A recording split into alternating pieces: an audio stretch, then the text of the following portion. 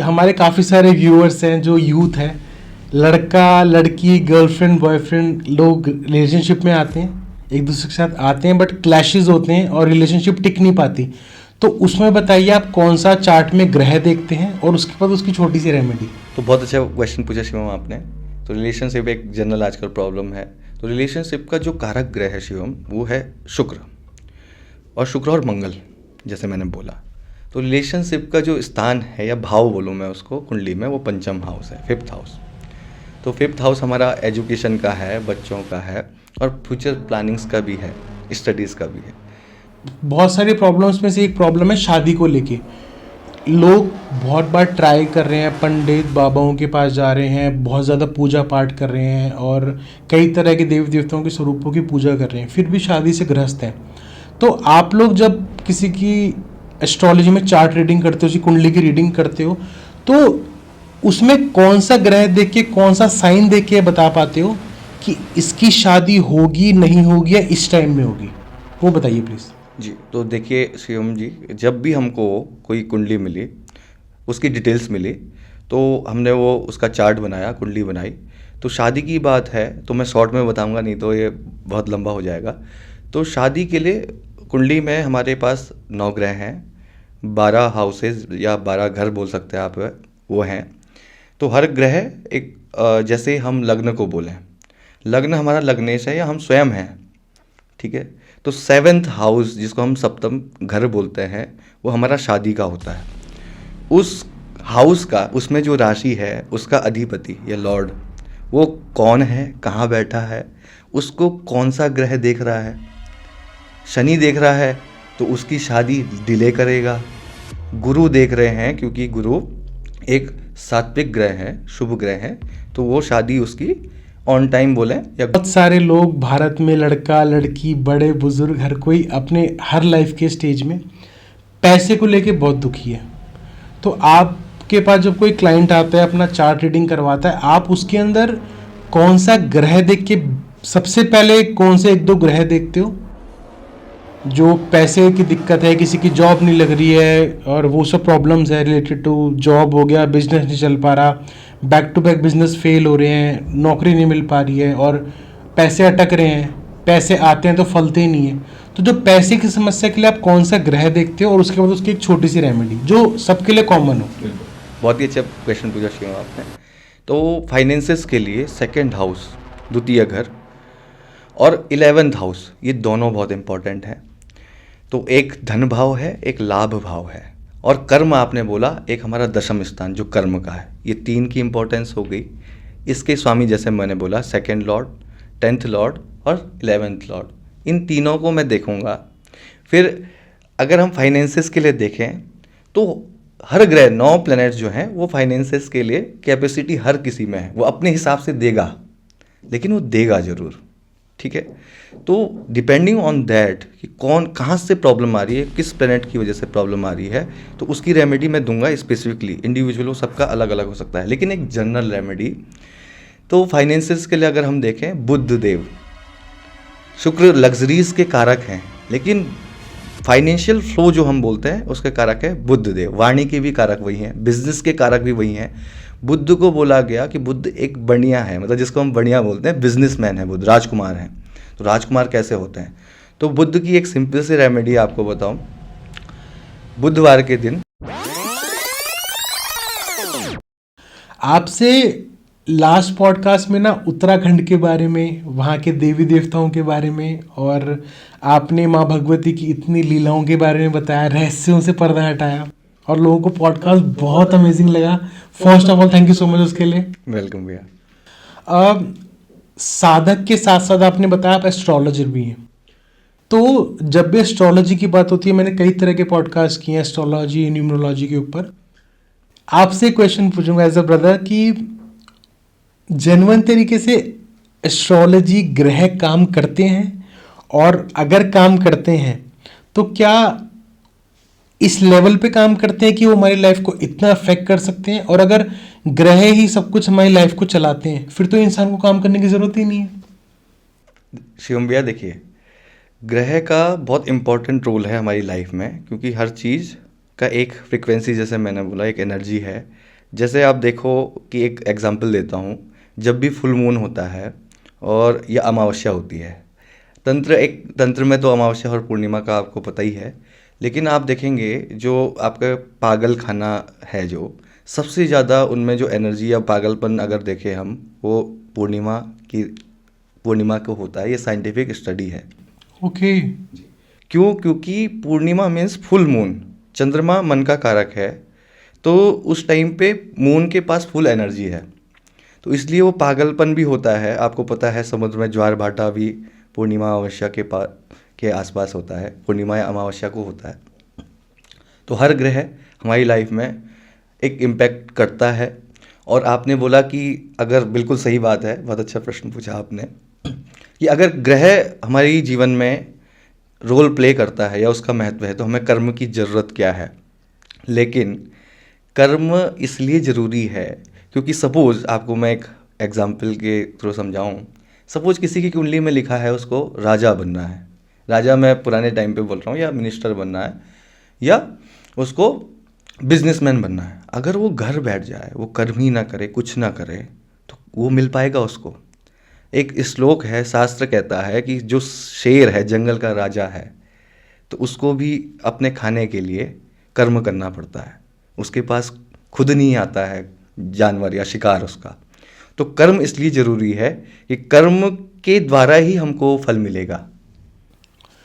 तो भैया जैसे एस्ट्रोलॉजी की हम बात कर रहे हैं, वैसे मैंने खुद पॉडकास्टर होकर कई सारे पॉडकास्ट मैंने देखे हैं और बहुत एस्ट्रोलॉजर से मिला, बट बेसिकली मैं आपसे ना मेन की पॉइंट्स पूछूंगा हर प्रॉब्लम्स, क्योंकि मैं चाहता हूं कि मैं पॉडकास्ट वो बनाऊं जो लोगों की प्रॉब्लम्स हो, और मेरे पॉडकास्ट अगर कोई आधा एक घंटा देख रहा है तो उसको कोई ना कोई उसकी रेमेडी मिले या निवारण मिले।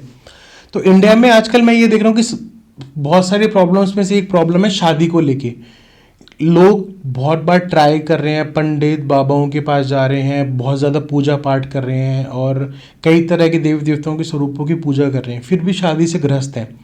तो आप लोग जब किसी की एस्ट्रोलॉजी में चार्ट रीडिंग करते हो, उसकी कुंडली की रीडिंग करते हो, तो उसमें कौन सा ग्रह देख के, कौन सा साइन देख के बता पाते हो कि इसकी शादी होगी नहीं होगी या इस टाइम में होगी? वो बताइए प्लीज़। जी, तो देखिए शिवम जी, जब भी हमको कोई कुंडली मिली, उसकी डिटेल्स मिली, तो हमने वो उसका चार्ट बनाया, कुंडली बनाई। तो शादी की बात है तो मैं शॉर्ट में बताऊंगा, नहीं तो ये बहुत लंबा हो जाएगा।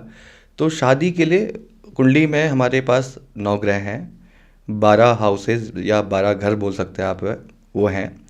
तो हर ग्रह एक जैसे हम लग्न को बोलें, लग्न हमारा लग्नेश है या हम स्वयं हैं, ठीक है।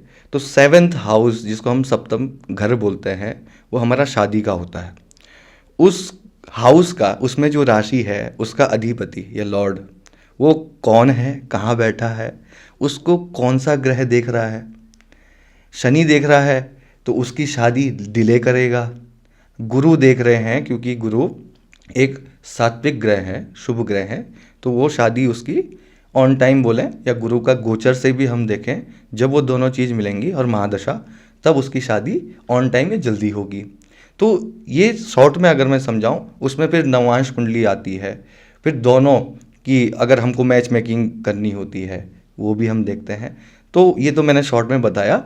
तो वैसे हम हर ग्रह को देखते हैं कि डिले हो रहा है तो कौन सा ग्रह जिम्मेदार है उसके लिए। तो इसमें एक और क्वेश्चन पूछूंगा, शादी की उसकी बात हो रही है, क्या कुंडली में देख के ये भी बता सकते हैं कि जिस इंसान की मान लो 21-22 या किसी भी उम्र में शादी हुई, उसकी वो शादी टूटेगी, डाइवोर्स होगा और फिर से उसकी शादी होगी या नहीं, ये पता लगा सकते हैं? बिल्कुल, क्योंकि नवमांश कुंडली में, कौन सी कुंडली बताई? नवमांश। नवांश। नवमांश, नवमांश मतलब होता है कि नव मतलब 9 और मांश मतलब अंश। तो हमने कुंडली के एक पार्ट के या एक घर के उसके 9 खंड कर दिए। तो उस कुंडली का बहुत रोल है। पराशर ऋषि ने उनको शादी के लिए तो स्पेशली, और वैसे हर ग्रह के लिए, उसका रिजल्ट कैसे होगा हम वो उसमें देखते हैं। तो शादी टूटेगी, होगी नहीं होगी, कई लोगों का ऐसे योग बनते हैं कि उनकी शादी होने के योग नहीं होते, वो भी देखा जाता है। तो शादी टूटने के योग हैं, उसके बाद दोबारा शादी होगी कि नहीं होगी, ये भी कुंडली से हमको पता चल जाता है। तो भैया आपने जैसे शादी का बताया कि आप क्या क्या चीज़ें चेक करते हैं, मुझे पता है कि हर किसी की रेमेडीज अलग होती है, सबका कुंडली देख के आप बता पाएंगे, फिर भी एक कॉमन एक या दो रेमेडीज है कि जो जिन लोगों की शादी नहीं हो रही है वो क्या कर सकते हैं, छोटी सी पूजा पाठ बिना किसी पैसे की जो अप्लाई करे और क्या पता वो रेमेडी काम कर जाए, वो बताइए प्लीज। बिल्कुल। तो अगर शादी नहीं हो रही है तो इसमें अगर लड़के की शादी नहीं हो रही है, एक छोटी सी रेमेडी, तो उनको क्या करना है, लड़कों को जिनकी शादी नहीं हो रही है, क्योंकि शादी आप समझो इसको, लड़के की अगर शादी नहीं हो रही है, लड़का यहाँ पे प्लेनेट जो अगर हम कारक देखें, लड़कों का प्लेनेट जो है कारक वो है मंगल। तो लड़कियों के लिए मंगल चाहिए, लड़कियाँ रिप्रेजेंट करती हैं शुक्र को और लड़के रिप्रेजेंट करते हैं मंगल को, ठीक है। तो उनको करनी है शुक्र की रेमेडी, तो शुक्र की तो करनी है। और जुपिटर जो है गुरु, तो गुरु है फल प्रदाता और गुरु की ब्लेसिंग बहुत ज़रूरी है एस्ट्रोलॉजी में। तो शुक्र की रेमेडी आप ये कर सकते हैं, शुक्रवार के दिन लड़कों के लिए बोल रहा हूँ, देवी माँ के दर्शन करें। लड़कों के लिए बता रहे हो? लड़कों के लिए दर्शन करें। किनके? देवी माँ के, किसी भी देवी स्वरूप, कोई भी देवी स्वरूप हो, आप दर्शन करो, रेगुलर करें। क्योंकि ज्योतिष में एक आपको ये बताऊं, कई लोग बोलते हैं कि एक बार किया, लेकिन आपको डेडिकेशन होना चाहिए। 41 डेज बोलते हैं कि अगर आप कोई 41 डेज तक रेगुलर आप करते हैं कोई रेमेडी, तब वो असर करना स्टार्ट करती है। तो आपको क्या करना है, दूसरी रेमेडी लड़कों को, फ्राइडे के दिन जब आप नहाएं, या तो थोड़ा सा कच्चा दूध पानी में डालें, या थोड़ा सा दही सर पे लगा लें, या आप थोड़ा सा गुलाब जल डालें अपने नहाने के पानी में, उसके बाद नहा लें उससे, ठीक है। लड़कियों की अगर बात करें, ये रेमेडी जो दूसरी है, ये लड़का लड़की दोनों कर सकते हैं घर पे, बहुत ही इजी। जो हमारे पास हल्दी होती है, पिसी हल्दी, तो उसको आपने 1 चम्मच या चुटकी भर हल्दी नहाने के पानी में डालें, उससे आप नहाना स्टार्ट करें, लड़का लड़की कोई भी हो। क्योंकि आप देखो, शादी जब होती है सबसे पहले क्या होता है, हल्दी होती है। हल्दी गुरु का कारक है, क्योंकि कोई भी मांगलिक जब कार्य होता है तो गुरु, इसलिए पीले ही पहनते हैं कपड़े भी, और हल्दी का जो रोल है, तो गुरु का तत्व है, गुरु का कारक है हल्दी। तो आप वो डालें और दोनों नहाएं, और ये भी आप 41 डेज तक रेगुलर करें। ये आप गुरुवार को भी स्पेशली कर सकते हैं, या फिर आप रेगुलर ही जब भी नहाएं, चुटकी भर हल्दी आपने डाली, उससे नहाना स्टार्ट करें। आप देखेंगे, मुझे खुद ही, मेरे कई क्लाइंट्स थे, तो मुझे बोलते हैं सर आपने बोला था, मैंने रेगुलर वो रेमेडी की। एक गर्ल थी, आई थिंक दिल्ली की थी वो, तो उनकी मदर ने मुझसे कांटेक्ट किया, तो मैंने उनको यही छोटी सी रेमेडी बताई थी। जॉब करती थी वो, ज़्यादा रेमेडी कर नहीं सकते थे, तो उन्होंने बोला विद इन उनके आई थिंक 6 मंथ के अंदर अंदर उनकी मंगनी फिक्स हो गई थी, शादी भी हो गई थी। बाकी और डीप में आप चार्ट रीडिंग देख के बताएंगे कि कौन से ग्रह में क्या प्रॉब्लम है? बिल्कुल, बाकी वो स्पेसिफिक रेमेडी जो होती है वो चार्ट देख के ही मैं बता सकता हूँ। ओके। तो एक आपने ये वाला बताया, जैसे आपने अभी मेरे को जिक्र किया है कि जो लड़के हैं वो देवी माई की, या लड़की हैं वो देवी माँ के मंदिर में जाएं, और एक चीज़ को कॉन्टिन्यूसली 41 दिन तक करेंगे तो उसका फल प्राप्त होगा। उसमें हम ये भी तो कह सकते हैं कि अगर कोई देवी माई की भक्ति करना चाहता है, तो आप तो एस्ट्रोलॉजर के साथ बहुत बड़े साधक भी हैं, तो ऐसा हो सकता है कि अगर कोई आपसे कांटेक्ट करके 41 दिन की माई की सेवा साधना करे, उसका फल प्राप्त हो, वो भी शादी के लिए? बिल्कुल, देवी माँ का आप समझिए स्वरूप कि वो हमारे 4 पुरुषार्थ हैं, धर्म अर्थ काम मोक्ष, आपने शास्त्र बताते हैं। देवी माँ में ये शक्ति है शिवम, कि वो चारों प्रदान करने में समर्थ है। को आप देवी की भक्ति करो, कोई भी कर्म खाली नहीं जाता, कोई भी मंत्र हो, कोई भी साधना हो, आपको टाइम लगेगा, डिपेंडिंग ऑन योर भाव, आपके प्रारब्ध, उसके अकॉर्डिंग, लेकिन आपको फल अवश्य मिलेगा। तो आपने ये शादी का बताया, अब नेक्स्ट क्वेश्चन इससे रिलेटेड ही है कि हमारे काफ़ी सारे व्यूअर्स हैं जो यूथ हैं, लड़का लड़की, गर्लफ्रेंड बॉयफ्रेंड, लोग रिलेशनशिप में आते हैं, एक दूसरे के साथ आते हैं, बट क्लैशेस होते हैं और रिलेशनशिप टिक नहीं पाती। तो उसमें बताइए आप कौन सा चार्ट में ग्रह देखते हैं, और उसके बाद उसकी छोटी सी रेमेडी। तो बहुत अच्छा क्वेश्चन पूछा शिवम आपने। तो रिलेशनशिप एक जनरल आजकल प्रॉब्लम है। तो रिलेशनशिप का जो कारक ग्रह है शिवम, वो है शुक्र, और शुक्र और मंगल, जैसे मैंने बोला। तो रिलेशनशिप का जो स्थान है, या भाव बोलूँ मैं उसको, कुंडली में, वो पंचम हाउस है, 5th हाउस। तो 5th हाउस हमारा एजुकेशन का है, बच्चों का है, और फ्यूचर प्लानिंग्स का भी है, स्टडीज़ का भी है। तो 5th हाउस रिलेशनशिप का हो गया। 5th हाउस के हम लॉर्ड को देखेंगे, हम वीनस को देखेंगे, शुक्र को देखेंगे और महादशा को देखेंगे और गोचर में देखेंगे। गोचर मतलब कुंडली जो बनती है हमारी, जिस समय हमने जन्म लिया उस समय ग्रह की फोटो जैसे खिंच गई, वो ग्रह उस समय कहाँ था। लेकिन कोई भी ग्रह है वो चलता है, जैसे लाइफ है, काल है, तो हम गोचर में भी देखेंगे। तो फिर जो ग्रह प्रॉब्लम क्रिएट कर रहा है उसको हम रेमेडी के थ्रू हम बताएंगे कि आप ये रेमेडी करो, आपका रिलेशनशिप में जो प्रॉब्लम आ रहे हैं, क्लैशेज आ रहे हैं, वो ठीक हो जाएंगे। एक जनरल रेमेडी जो अगर आप रिलेशनशिप में प्रॉब्लम फेस कर रहे हो तो आपको क्या करना है, वही वाली रेमेडी आपको रेगुलर, अगर आप जो देखिए पराशर ऋषि ने औषधि स्नान कहते हैं इसको, आप राजा महारानियों को देखो, उस टाइम पे हमारे सोप नहीं होते थे, शैम्पू नहीं होते थे, वो लोग करते थे स्नान इत्र से, फूलों से, चंदन से। तो औषधि स्नान को पराशर ऋषि ने ज्योतिष में बहुत महत्ता दी है, इम्पोर्टेंस दी है। तो आपने गुलाब जल रेगुलर डालें नहाने के पानी में, उससे नहाना स्टार्ट करें। तो पामेस्ट्री के अंदर थोड़ा सा जाऊंगा, आपका जो ये वाला पोर्शन होता है आपके थंब के नीचे जो वाला पार्ट है, इसको हम शुक्र का माउंट बोलते हैं, मतलब शुक्र का कौन सा पार्ट बताएंगे कैमरे पे देख के एक बार? शुक्र पर्वत, ये वाला पार्ट, ये वाला थंब के नीचे ये वाला पार्ट। तो आपने इसमें मॉर्निंग में इत्र लगाना है, कोई सा भी, डीओ नहीं, इत्र जिसमें अल्कोहल ना हो, और वो इत्र लगा के दोनों आपने इसको दोनों, क्योंकि माउंट दोनों जगह है, उसको मिक्स कर देना है।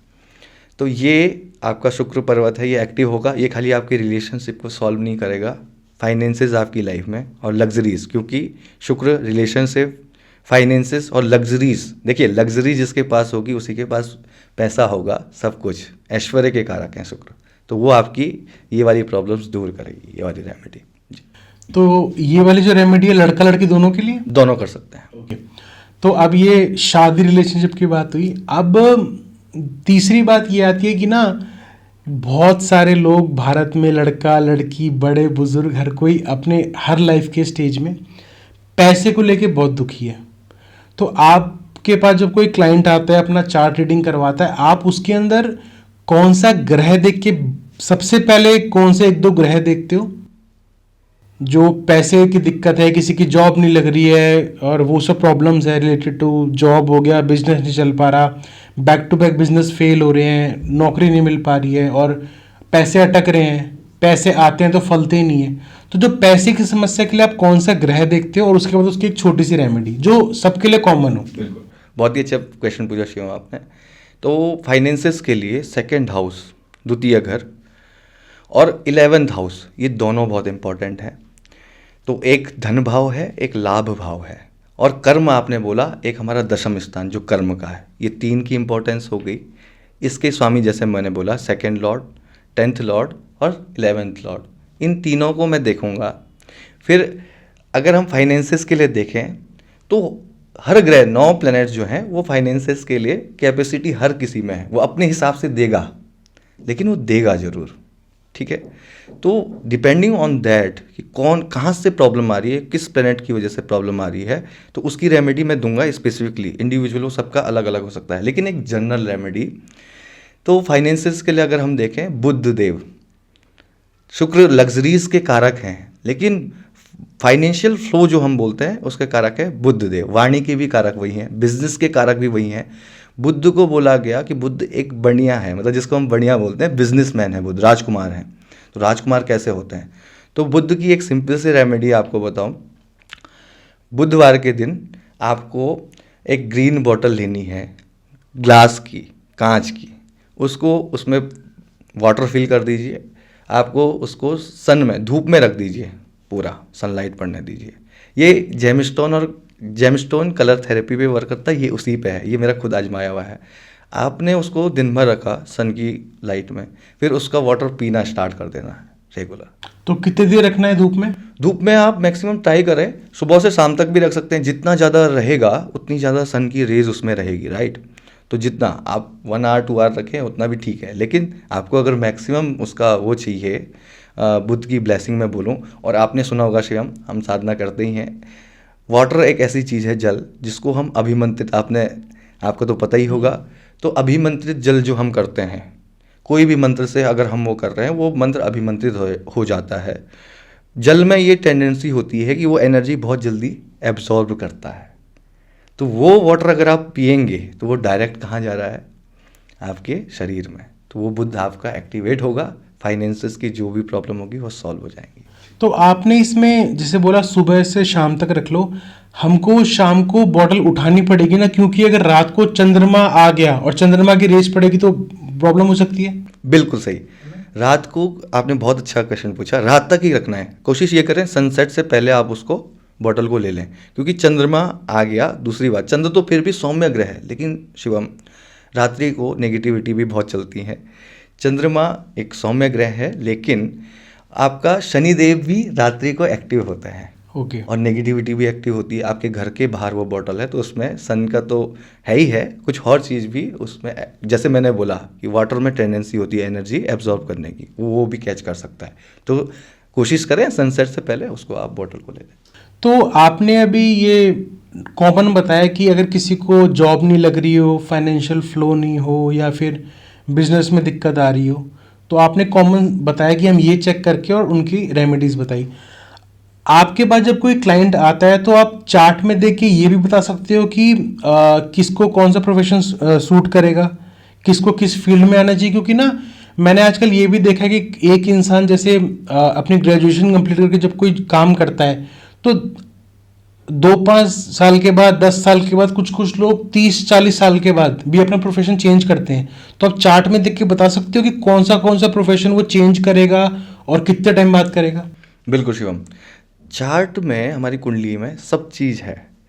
तो जो बेस्ट प्रोफेशन, आपने बहुत अच्छा क्वेश्चन पूछा, बेस्ट प्रोफेशन जो सूट करेगा वो कुंडली के 10th हाउस से, और एक D10 चार्ट होता है, डिविजनल चार्ट होते हैं, उसके अकॉर्डिंग जो प्लैनेट्स हैं, कर्म का चार्ट बोलते हैं डिविजनल चार्ट D10 को, तो उसके अकॉर्डिंग जो प्लैनेट वहाँ पे हैं और उसकी पोजीशन कैसी है, कौन से योग बन रहे हैं, उसके अकॉर्डिंग हम ये बता सकते हैं कि बेस्ट प्रोफेशन कौन सा रहेगा। मैं अपना एग्जांपल लूँ शिवम, तो एस्ट्रोलॉजी का मेरा कैसे इसमें आना हुआ।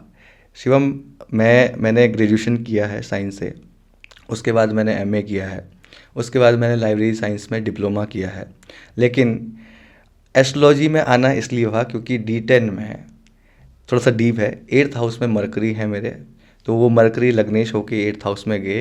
8th हाउस हमारा ऑकल्ट का है शिवम, साधना का है, जो हमारा, जिसको हम बोले ऑकल्ट में सब आ गया, मंत्र तंत्र साधना और ज्योतिष भी। इसलिए शिवम आप दे सकते हैं, वो लाइन छोड़ के मैं एस्ट्रोलॉजी में आया। तो इसका मतलब मैंने अभी तक हालांकि वो कुंडली नहीं दिखाई, अगर मैं वो कुंडली दिखाता हूँ तो आप मेरे को बता सकते हो कि मतलब मैं प्रभु की सेवा में और पॉडकास्ट इंडस्ट्री में कैसे आया, मतलब रीज़न है उसका। बिल्कुल शिवम, बिल्कुल। तो दूसरा एक चीज़ और, जैसे आपने कॉमन ये बताया, आजकल ना बहुत बड़ी ना भ्रांति कह सकता हूँ, या हो सकता है वो जेन्युइन तरीके से काम करता हो। किसी भी बाबा, एस्ट्रोलॉजर या किसी के पास भी हम जाते हैं जो ज्ञानी पुरुष है, या फिर किसी मंदिर में पंडित जी के पास जाते हैं, तो हर किसी की फैमिली होने वाले, मतलब बच्चे जब हो जाते हैं उनकी कुंडली दिखाते हैं, लाइफ में परेशानी होती है तो कुंडली दिखाते हैं वो सब।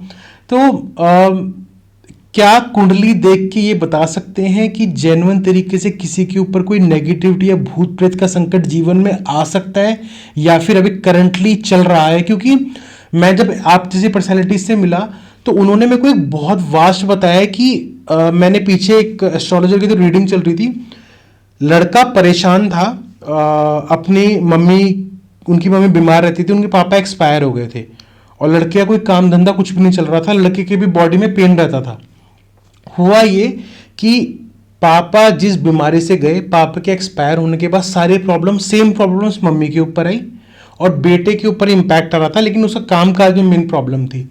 हमने एस्ट्रोलॉजर के थ्रू रीडिंग करवाई, तो एस्ट्रोलॉजर ने बताया कि इनको मैं रेमेडीज तो बता दूंगा, लेकिन इसके ग्रह के अंदर ये कि इसके ऊपर 100% अभी कोई भूत प्रेत की ऊपरे पराई की समस्या है। तो मैं शॉक्ड था, और मजे की बात देखो, जब मैंने उस लड़के की फोटो एस्ट्रोलॉजर से हटके जो ऊपरी पराई का नेगेटिविटी केसेस हैंडल करते हैं उनको दिखाई, तो उन्होंने ऑन द स्पॉट बताया कि इसके ऊपर 25 साल पहले इसके पापा पे क्रिया हुई है, उसके पापा की क्रिया मम्मी पे, और मम्मी के बाद इसके ऊपर इम्पैक्ट डाल रही है, और हो सकता है थोड़े दिन के अंदर मम्मी भी एक्सपायर हो जाए। तो वो सो शॉक्ड कि मतलब एक कुंडली देख के इंसान कैसे बता सकता है, तो ऐसा पॉसिबल है? बिल्कुल शिवम देखो, एस्ट्रोलॉजी में जैसे मैंने बोला ऋषियों ने बनाया है, पराशर ऋषि, उनके जितना ज्ञानी कौन है, वेद व्यास जी के पिता हैं पराशर महर्षि, और वेद व्यास जी कौन है? जिन्होंने पुराणों की रचना की, हमारे 18 पुराणों की। तो शिवम, एस्ट्रोलॉजी में राहु जो है वो कारक है आपके हेलोजिनेशन का। आपको देखिए, मंत्र तंत्र या नेगेटिविटी क्या है? जो चीज़ नहीं है हमको आभास होना, वो है, राइट। हमको दिखती तो नहीं है ना ये चीज़ शिवम, कि हम किसी को देखे। साधना एक अलग चीज़ है। कोई कॉमन पर्सन अगर मेरे सामने आए, अगर मैं साधना को अलग रख दूँ, मैं देख के नहीं बता सकता ना कि इसके कुछ ऊपरी बाधा है या कुछ है। तो राहु कारक हो गया इसका। राहु की महादशा में मोस्टली ये चीज़ें होती है, मेरा खुद का एक्सपीरियंस है। मन के कारक चंद्र है। राहु का जब भी संबंध होगा, दृष्टि संबंध या फिर बैठक मतलब कॉम्बिनेशन, योग होगा चंद्र के साथ, तब भी ये प्रॉब्लम, प्रेत बाधा, भूत बाधा, ऊपरी नेगेटिविटी, या फिर शनि देव का, या इन तीनों का, शनि देव, चंद्र और राहु, या फिर राहु और शनि देव भी जब आ जाते हैं साथ में, या इनका दृष्टि संबंध बन जाता है, तो उसमें ये प्रॉब्लम होती है, क्योंकि ये नेगेटिव प्लैनेट हैं दोनों। राहु तो असुरी है, सैटर्न दुख कारक हैं।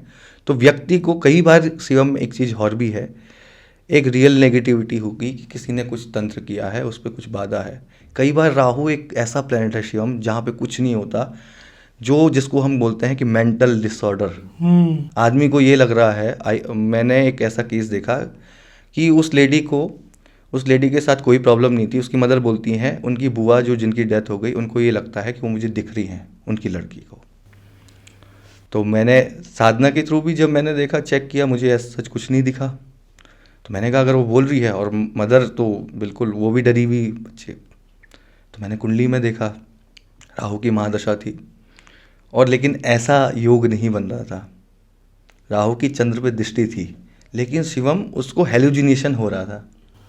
ओके, मतलब अपने आप दिमाग में उसने स्मृति बना ली अपनी बुआ की। बिल्कुल शिवम, ये जानना बहुत ज़रूरी है as a astrologer, as a तंत्र साधक और एज ए साधक, कि वो रियल में प्रॉब्लम है। क्योंकि शिवम, आपके डॉक्टर के पास जाते हैं, डॉक्टर भी टेस्ट करके बताता है ना, कब टाइफॉइड है, निमोनिया है, उसके अकॉर्डिंग दवाई देता है। तो जब आपने वो प्रॉब्लम पकड़ी, प्रॉब्लम जो मेन है, जड़ पे जाना है हमको, रूट पे, तब उसका सॉल्यूशन निकलेगा। अब जिस लड़की को कुछ है नहीं, मैं जितना तंत्र मंत्र कर लूँ या अपनी साधना से कुछ कर लूँ, कुछ फ़र्क नहीं पड़ेगा। लेकिन शिवम, यहाँ पे एक चीज़ और बताना चाहूँगा, ये हमारा मन कैसे वर्क करता है। तो मैंने उसको कुछ नहीं किया, मैंने बोला कि मैंने ये अभिमंत्रित जल कर दिया है, आप ये रेगुलर पियो 31 डेज तक, आपको ये प्रॉब्लम नहीं आएगी। तो शिवम, यू कांट इमेजिन कि हमारा मन कैसे, राहु देखो, उसने मान लिया कि ये जो बोल रहे हैं, कि उनको टच था, तो मैंने वो दिया, अभिमंत्रित नहीं था, उनकी मदर को भी नहीं बताया। 31 डेज के बाद उनका कॉल आता है कि अब वो ठीक है, उसको ऐसा कोई इशू नहीं। तो अनुभव जी, अभी आपने नेगेटिविटी भूत प्रेत का बताया कि हम कुंडली देख के पता लगा सकते हैं। अगर कोई आपसे मिलने से पहले किसी को डाउट है कि हमारा काम धंधा नहीं चल रहा, या फिर घर में किसी को कुछ दिखाई दे रहा है, या फिर बॉडी पेन है, ऊपरी समस्या महसूस हो रही है, तो क्या कोई तरीका है कि घर बैठे बैठे वो किसी तरीके से पता लगा पाए कि हाँ, हमारे ऊपर तंत्र किया गया है? बहुत ही अच्छा क्वेश्चन पूछा शिवम आपने। तो जब तंत्र किया जाता है किसी पे, नेगेटिविटी है, नेगेटिविटी के अलग अलग प्रकार होते हैं, लेकिन तंत्र पे जाएं तो अगर तंत्र किया है किसी पे, तो उसके कुछ सिम्टम्स दिखते हैं। सिम्टम्स क्या? कि जब आपके घर में जितने फैमिली मेम्बर्स हैं, उनके बीच में हर समय तनाव रहना, कलेश होना, तो वो किसी एक दूसरे के जब भी साथ बैठे, डिनर नहीं कर सकते, वहाँ पे भी झगड़ा, हर चीज़, काम नहीं बन रहा है आपका, आपकी हेल्थ बहुत, कभी एक की हेल्थ ख़राब हुई मदर की, उनकी हेल्थ ठीक, फिर फादर को प्रॉब्लम, ऐसा अगर चले रेगुलरली, तो वो पहला सिम्टम है। दूसरा सिम्टम ये है, स्पेशली ये चीज़ें जो मैंने बोली, ये नवरात्रि है, होली है, दिवाली है, कोई शुभ दिन या त्यौहार पे ऐसा होना, वो दूसरा सिम्टम है। तीसरा सिम्टम है कि आपका भक्ति में, पूजा पाठ में मन नहीं लगना। चौथा सिम्टम यह है, घर में आपको ब्लड के छींटे दिख सकते हैं। अगर कुछ ज़्यादा तंत्र किया जाता है किसी पे, तो खून के छींटे आपको सपने में कोई चीज़ दिखना, जैसे भूत प्रेत दिखना, कोई आपका गला चोक कर रहा है या कोई गला दबा रहा है, ऐसी चीज़ें होना। तो इससे ये जाहिर होता है कि ये तंत्र आप पे किया हुआ है या ये नेगेटिविटी है आप पे। ओके। और आपने अभी तनाव का घर में गृह कलेश का किया अनुभव, या उसके अंदर गृह कलेश की हम बात करते हैं तो ज़रूरी है गृह कलेश खाली भूत प्रेत नेगेटिविटी की वजह से ही हो? मैंने ये सुना है कि गृह कलेश में बहुत भारी हाथ हमारे पितरों का भी होता है। अगर पितर हमारे गुस्सा है, रुष्ट है, या फिर पितृ दोष है, उसके चक्कर में भी सब दिक्कतें होती है। बहुत ही अच्छा क्वेश्चन पूछा आपने शिवम। तो पितृ, पहले पितृ को समझें। पितृ कौन है?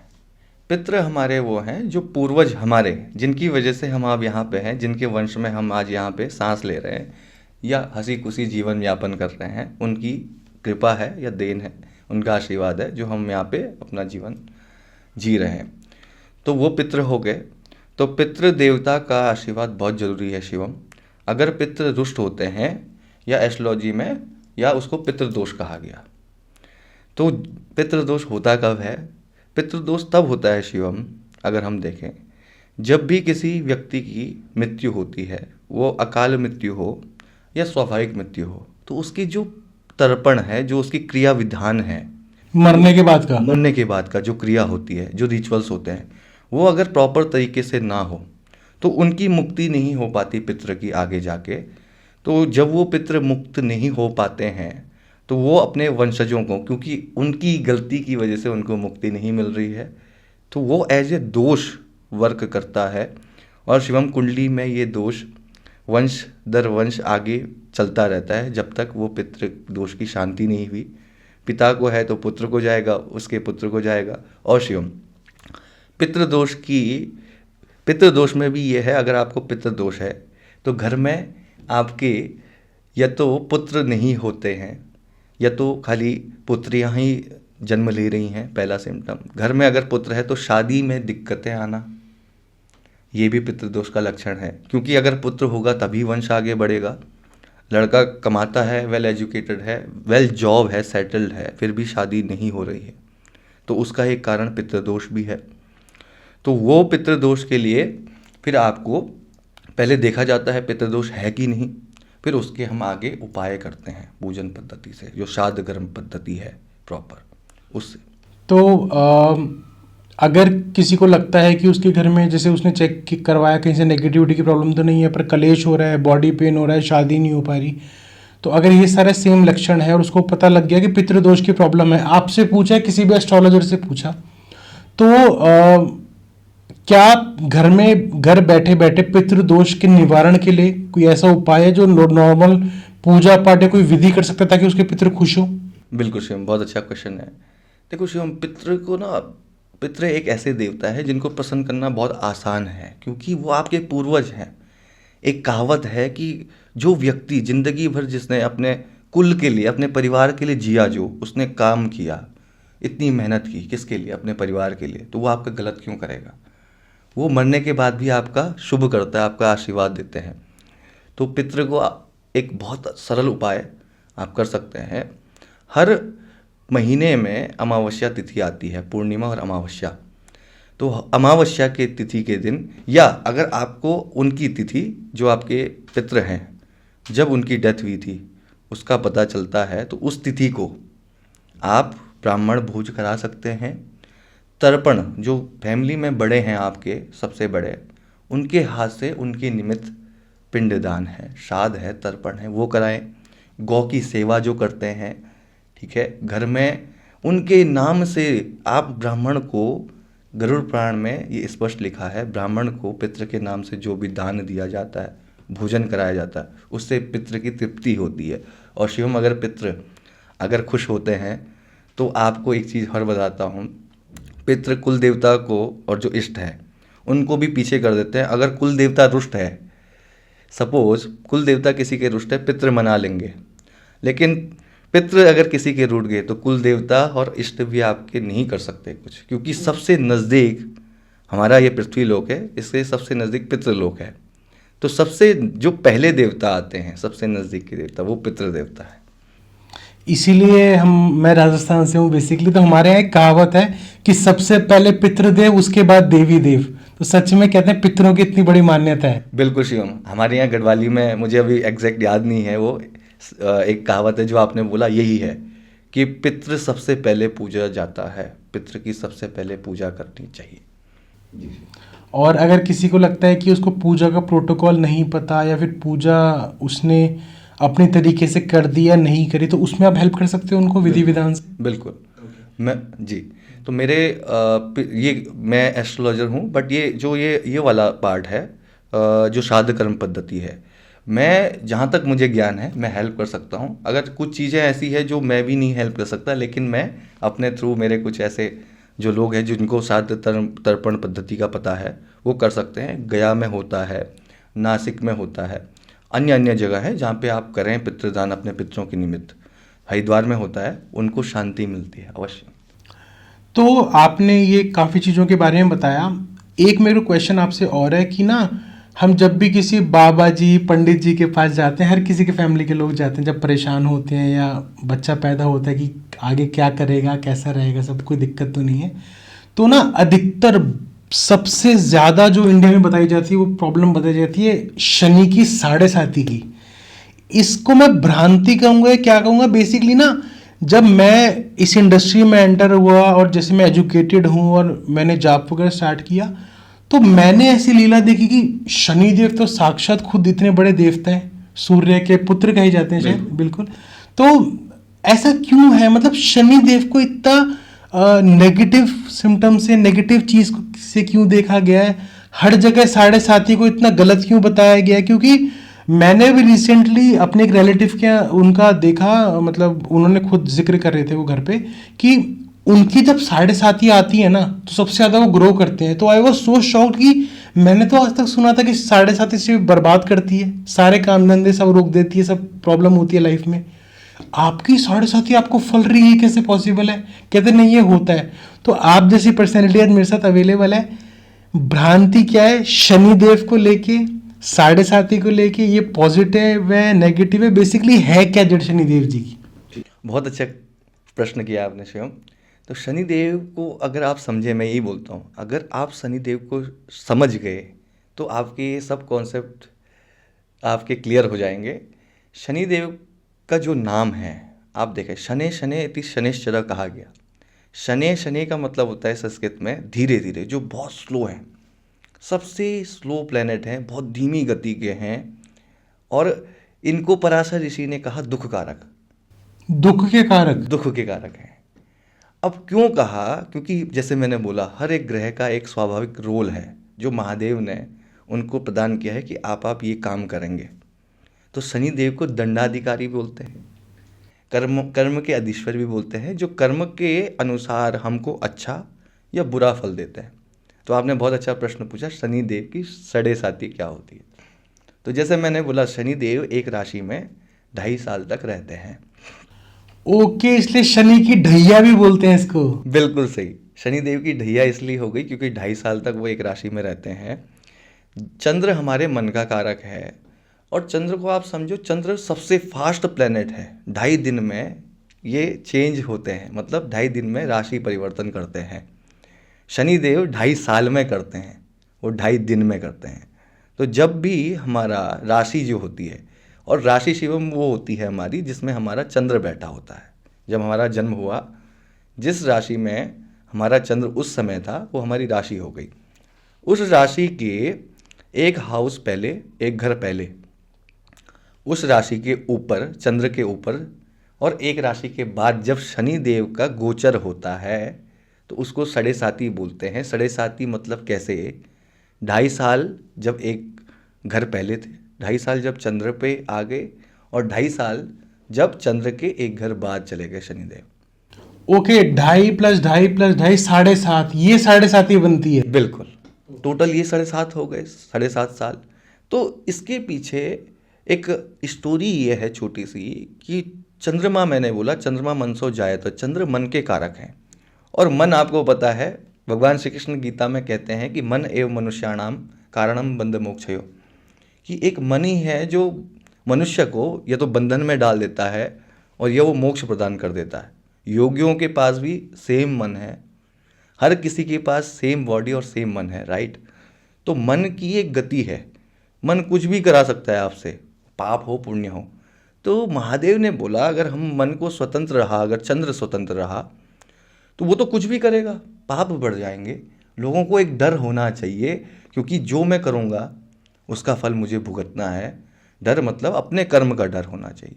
तो शनिदेव को उन्होंने दंडाधिकारी बनाया कि जो व्यक्ति जो कर्म करेगा तो तुम उसको उसके अकॉर्डिंग दंड प्रदान करोगे।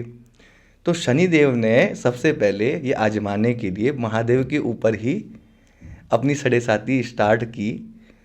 महादेव के पीछे जब शनिदेव पड़े उसको आजमाने के लिए, तो महादेव जल में, समुद्र में छुप गए। ओके, शनिदेव के प्रकोप से बचने के लिए। बिल्कुल। शनिदेव जल में रहे, महादेव जल में रहे 7.5 साल तक। शनिदेव वहीं पे उनका इंतजार करते रहे। जब महादेव वहाँ से निकलते हैं 7.5 साल के बाद, तो बोलते हैं कि तू तो मेरी परीक्षा लेने आ गया। तो बोलते हैं, शनिदेव बोलते हैं, मैं तो आपने जो मुझे वो दिया, जो कार्यभार दिया, मैं उसको आजमा रहा था, और जो आजमा रहा था मैंने सोचा शुरुआत आपसे करूं। तो बोलते हैं, महादेव बोलते हैं कि तुम तो इस कार्य में निष्फल हुए, देखो तुम मेरा क्या बिगाड़ पाए। तो शनिदेव हंसते हैं, बोलते हैं महादेव आप 7.5 साल तक आप कहाँ थे, आपकी गति मैंने रोक दी, आप जल के अंदर थे ना, समुद्र में, तो यही मेरा मैं कैसे निष्फल रहा।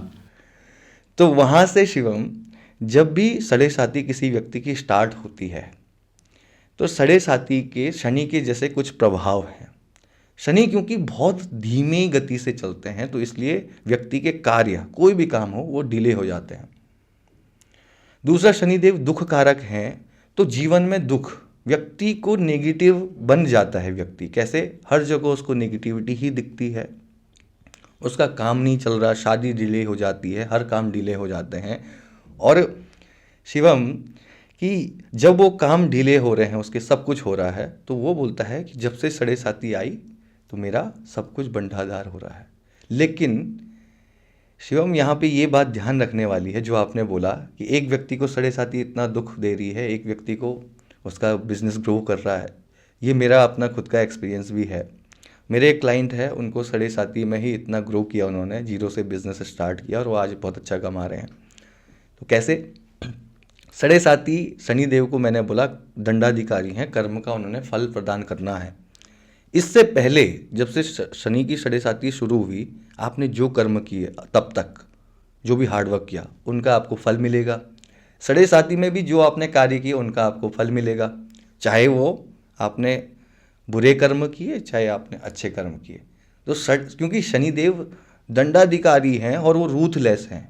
रूथलेस मतलब उनकी नज़र में आप सच्चे हो तो सच्चे हो, आप अगर बुरे हो तो बुरे हो। पार्शियलिटी जिसको हम बोलते हैं, पक्षपात, वो शनिदेव की नज़रों में नहीं है। उनको बस कर्म का फल देना है।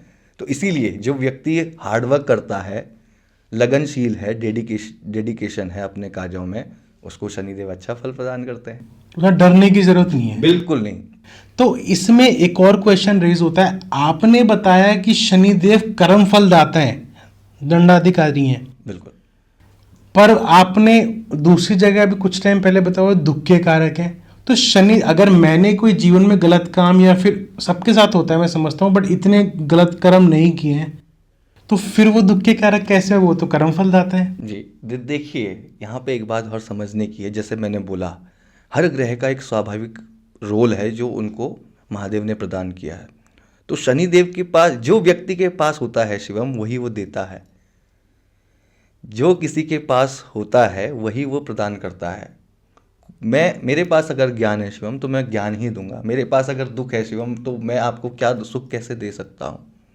तो शनिदेव जी के पास कोई दुख था, या फिर कोई ऐसी स्टोरी थी कि वो दुख के कारक है? बिल्कुल, क्योंकि शनिदेव को अगर आप समझे शिवम, सूर्यदेव की जो अपनी पत्नी थी, उनका नाम था संज्ञा। इसके पीछे एक स्टोरी है, मैं बताऊं आपको। तो संज्ञा उनकी पत्नी थी। तो सूर्यदेव का इतना ताप था कि संज्ञा उसको सहन नहीं कर पाई, क्योंकि सूर्यदेव कितना उनमें तेज है। तो संज्ञा ने अपनी छाया बनाई अपनी योग माया से, और संज्ञा जो है उनको छोड़ के चले जाती हैं सूर्यदेव को, क्योंकि इनको ये भी पता ना चले कि मैं चले गई हूँ। तो जैसे हम बोले क्लोन बोल सकते हैं, छाया। ओके। तो छाया और सूर्यदेव से शनिदेव की उत्पत्ति हुई है। शनिदेव जब उत्पन्न हुए तो शनिदेव पालने में ऐसे झूल रहे थे, तो सूर्य देव को हुआ कि मेरे पुत्र को मैं गोद में उठा के देखूं कि कैसा लाड प्यार होता है ना पिता का। तो गोद में जैसे ही लिया शनिदेव को, शनिदेव की जैसी दृष्टि, वो सो रहे थे, वक्रीय दृष्टि से। वक्रीय दृष्टि, तो जैसी उन पे पड़ी सूर्यदेव पे, अपने पिता पे, सूर्यदेव पे इतना तेज है शिवम, वो खुद भी जलने लगे। उनको ये लगा कि मेरे पूरे रोम रोम जल रहा है, मेरी बॉडी जलने लग गई है जैसे। सूर्य देव की बॉडी जलने लगी शनि देव की आंखों को देख के। बिल्कुल तो मतलब शनि देव का इतना बड़ा प्रकोप है कि उन्होंने सूर्य देव को भी नहीं बख्शा। बिल्कुल, आप देखिए उन्होंने महादेव को ही तक नहीं बख्शा। मतलब कहते हैं सूर्य तो सबसे ज्यादा ताप है, तो मतलब शनि देव में इतना ताप है कि उन्होंने सूर्य देवता को भी जलाने की कोशिश कर दी। बिल्कुल, और देखिए शिवम, इंटेंसली नहीं किया था, वो बच्चे थे, उनको कुछ पता नहीं था, उन्होंने बस दृष्टि की अपने पिता की और जलने लगे। उनको ऐसा फील हुआ। सूर्यदेव को उनके 7 घोड़े, वो भी प्रॉब्लम में, सूर्यदेव के 7 घोड़े हैं उनके रथ पे, वो घोड़ों को भी प्रॉब्लम होने लगी उस गर्मी से, वो हिनहाने लगे। सूर्यदेव को वापस उन्होंने पालने में रखा। शनिदेव के मन में एक गिल्टी उत्कंठा ये हो गई कि मैं कितना पापी हूँ, या मैं कैसा पुत्र हूँ जो जिसका पिता उसको प्यार करने के लिए गोद में उठाता है, और मेरी वजह से मेरे पिता को इतना दुख पहुंचा, या वो मुझे प्यार तक नहीं कर सकते। ओके, मतलब ये घृणा, मतलब ये अंदर से गिल्ट उनको वो करता है। बिल्कुल, और उनका आप देखें शनिदेव का, क्योंकि उनका जीवन जो है, ये उत्कंठा जो है, ये उनकी बचपन से रही। ठीक है, एक और यहाँ पे स्टोरी आती है कि शनिदेव अपना आराध्य मानते हैं महादेव को और माता काली को। माता काली का रूप भी पार्वती मैया है। गणेश जी का जब जन्म हुआ तो माता पार्वती ने इनको निमंत्रण दिया शनिदेव को, सब देवताओं ने आशीर्वाद दे दिया था गणेश जी को, आपको पता है। तो शनिदेव ने पहले मना किया, क्योंकि उनको पता था अगर मेरी दृष्टि इन पे पड़ जाए तो कुछ ना कुछ अहित होगा, मैं नहीं चाहता कि गणेश जी का अहित हो। शनिदेव ने मना करते हैं। दूसरी बार माता पार्वती निमंत्रण भेजती हैं, और दूसरी बार भी मना करते हैं। तीसरी बार माता रानी पार्वती मैया महादेव को बोलती हैं कि महादेव, शनिदेव तो इतने ढीठ हो गए, या वो मेरी आज्ञा का पालन नहीं कर रहे हैं, तो इतने वो मुझे नहीं, वो मेरा सम्मान नहीं करते। इसका मतलब ये है कि मैं चाहती हूँ कि वो मैं गणेश जी को अपना आशीर्वाद दें। जब महादेव बोलते हैं इसके बाद, तो शनिदेव को आना पड़ता है मन मार के कि अब तो प्रभु का आदेश है। तो जैसे ही शनिदेव आते हैं, फिर भी शनिदेव कोशिश करते हैं कि मैं ना मिलूं गणेश जी से। माता रानी गणेश जी को आगे कर देती हैं। तो इसके बाद शनिदेव की दृष्टि पड़ती है। उसके बाद आपको पता है, ओके, इसके पीछे ये रीज़न था। मतलब आज तक ना मैं वीडियोस के अंदर इंस्टाग्राम पे, फेसबुक पे, यूट्यूब पे और सीरियल्स में भी सिर्फ ये दिखाया गया है कि वो उनकी माँ पार्वती की रक्षा कर रहे थे गणेश जी, और उनका प्रभु शिव ने त्रिशूल से सर उनका काट के फिर दोबारा वो किया, हाथी का सर लगाया। बट पीछे का रीज़न नहीं पता था आज तक कि शनिदेव जी की वक्रीय दृष्टि गणेश जी के ऊपर पड़ी और तब ये प्रहार हुआ उनके ऊपर। बिल्कुल शिवम, तो शनिदेव की दृष्टि का ये वाला सिद्धांत या ये वाली स्टोरी आप देखोगे तो शनिदेव न, अब यहाँ पे भी देखिए शनिदेव को फिर भी गिल्ट हुआ कि फिर यहाँ से मेरी वजह से इतना बड़ा एक, जिसको बोलेंगे इतनी बड़ी क्षति हो गई। तो ये गिल्ट उनमें बढ़ता रहा बचपन से। और दुख कारक इसलिए कहा है शिवम उनको, क्योंकि 9 ग्रह में से कोई ना कोई ग्रह तो ऐसा भी होना चाहिए शिवम की लाइफ में सुख है तो दुख भी है।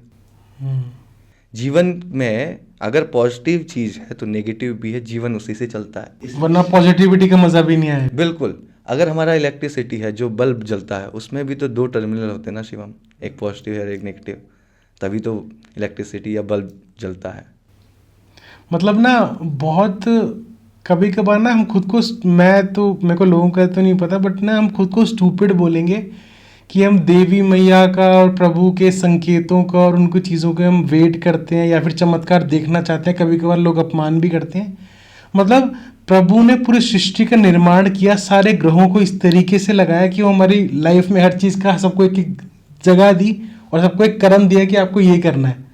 तो बहुत अच्छा लगता है जब हम अपने पीछे की हिस्ट्री को और हर चीज़ का लॉजिक मिलता है ना आप जैसी पर्सनैलिटीज से।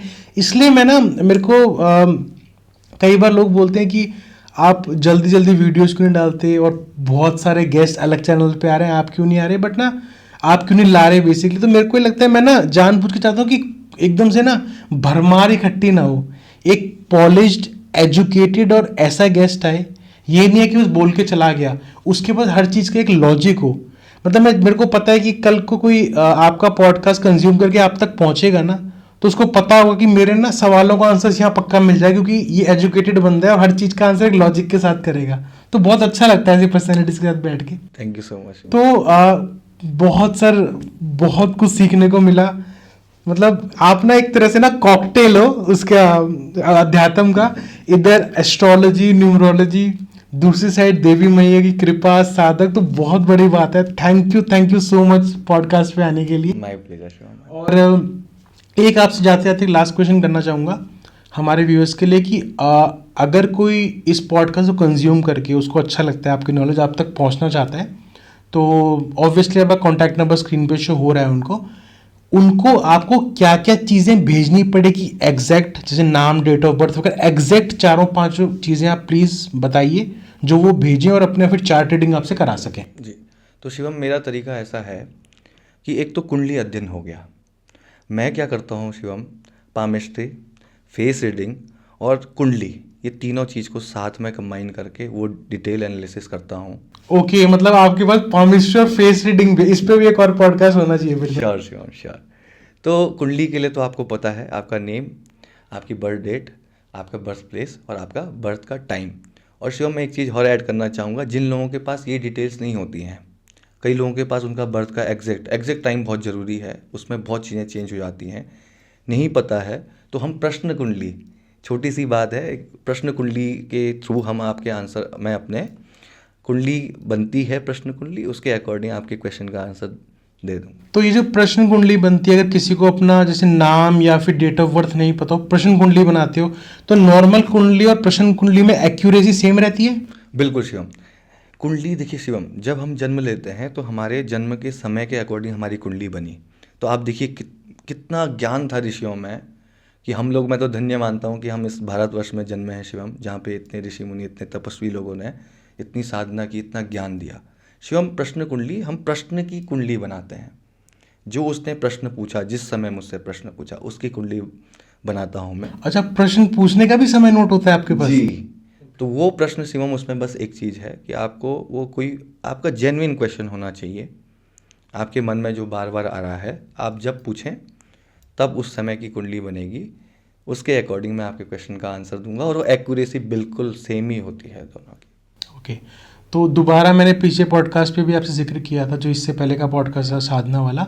अगर कोई आपको अप्रोच करना चाहता है, इस पॉडकास्ट को कंज्यूम करके आपका उनको नॉलेज अच्छी लगती है, आपसे चार्ट रीडिंग करवाना चाहता है, या फिर पिछले पॉडकास्ट को देखते हुए आपके थ्रू कोई क्वेश्चन पूछना चाहता है या साधना करना चाहता है आपके शरण में, तो आपके पास क्या कोई कॉन्टैक्ट नंबर है, क्या अवेलेबल है? बिल्कुल, तो शिवम कॉन्टैक्ट नंबर अवेलेबल है, लेकिन कॉल्स बहुत आती हैं मुझे, तो बेसिकली कॉल्स मैं रिसीव नहीं कर पाता, बहुत सारी अपनी साधनाएं भी हैं, तो आप व्हाट्सएप कर सकते हो, मेरा नंबर अवेलेबल है। यूट्यूब चैनल और इंस्टाग्राम हैंडल भी मैं आपको प्रोवाइड कर दूंगा, आप वहाँ से मुझसे कॉन्टैक्ट कर सकते और एक कुंडली को बनाने में कितना समय जाता है आपका? हो।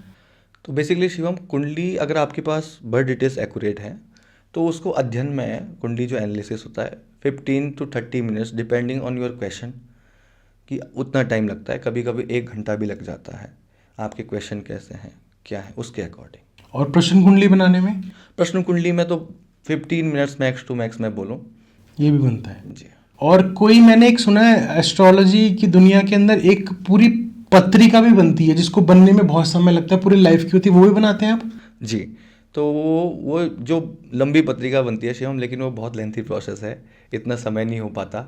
मैं बनाता था, लेकिन अब क्योंकि उसका, देखो शिवम मैं ये बोलता हूँ, जो जो चीज़ इजी हो, इजी टू यूज़ हो, वो यूज करना चाहिए, क्योंकि उसमें मेहनत बहुत है।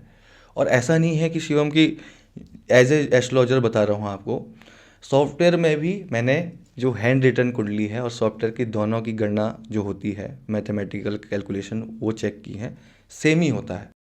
तो क्योंकि एक तो वो बहुत लेंथी प्रोसेस हो जाता है शिवम, उसमें 1 मंथ तक लग सकता है। ओके। इसलिए वो मैं अब नहीं हो पाता शिवम। अगर अगर एक की मैं कुंडली बनाने बैठा तो बाकी एक ही कुंडली में उतना समय चला जाएगा। तो सर बहुत अच्छा लगा। आई होप और आई नो कि आपके दोनों पॉडकास्ट लोगों को बहुत पसंद आने वाले हैं, और जल्दी से मैं आपको दोबारा या तो उत्तराखंड आपको परेशान करने आऊंगा या फिर आपको दिल्ली वापस बुलाऊंगा बहुत जल्द। बिल्कुल, any time. Thank you so much once again. My pleasure. जय माता दी। जय माता दी। So guys, this is the amazing Anubhav भैया। आई होप आपको इनका एस्ट्रोलॉजी वाला ये पॉडकास्ट अच्छा लगेगा। एंड इससे पहले हमने इनका एक सिद्धि साधना वाला और उत्तराखंड के देवी देवताओं के रहस्य और लीलाओं के बारे में बात करी है, और उसके अलावा इन्होंने उत्तराखंड में जितनी भी डोली होती है, देवी देवताओं के डोली के बारे में वर्णन किया है। देवी देवता का और डोली का दोनों का जो कनेक्शन होता है उसके बारे में बात करी है, और उनकी जागृति के बारे में बात करी है। वो पॉडकास्ट देखिएगा, आपको बहुत पसंद आएगा। मेरे चैनल में वो पॉडकास्ट इस पॉडकास्ट से पहले डल चुका होगा। एंड उसके अलावा अगर आपको अनुभव जी से कोई भी क्वेश्चन करना है रिलेटेड टू सिद्धि साधना, इनकी शरण में आके साधना करनी है, माँ भगवती का आशीर्वाद प्राप्त करना है, और कोई क्वेश्चन है रिलेटेड टू गॉड्स, आप पूछ सकते हैं। एंड अगर एस्ट्रोलॉजी रिलेटेड आपको अपनी चार्ट रीडिंग करवानी है, या न्यूमरोलॉजी के बारे में कुछ पूछना है, पामिस्ट्री के बारे में पूछना है, फेस रीडिंग करवानी है, तो स्क्रीन पे आपको एक कॉन्टैक्ट नंबर शो हो रहा होगा। ये अनुभव जी का कॉन्टैक्ट नंबर है। यूजुअली मेरे पॉडकास्ट में मेरा ही कॉन्टैक्ट नंबर शो होता है रिलेटेड टू नेगेटिविटी, भूत प्रेत केस, बट अनुभव जी के पॉडकास्ट में उनका खुद का कॉन्टैक्ट नंबर है। मेरा कॉन्टैक्ट नंबर डिस्क्रिप्शन में आपको मिल जाएगा, और यूजुअली मेरे चैनल के टाइटल में भी मेरा नंबर डला हुआ है। एंड आप इनसे चार्ट रीडिंग कराइए। आई होप आपको ये वाला पॉडकास्ट बहुत अच्छा लगा होगा। एंड जब तक के लिए guys, if you love this video please like this video and don't forget to subscribe this channel. जब तक के लिए keep loving, keep watching. This is Shivam Agarwal. Thank you so much guys.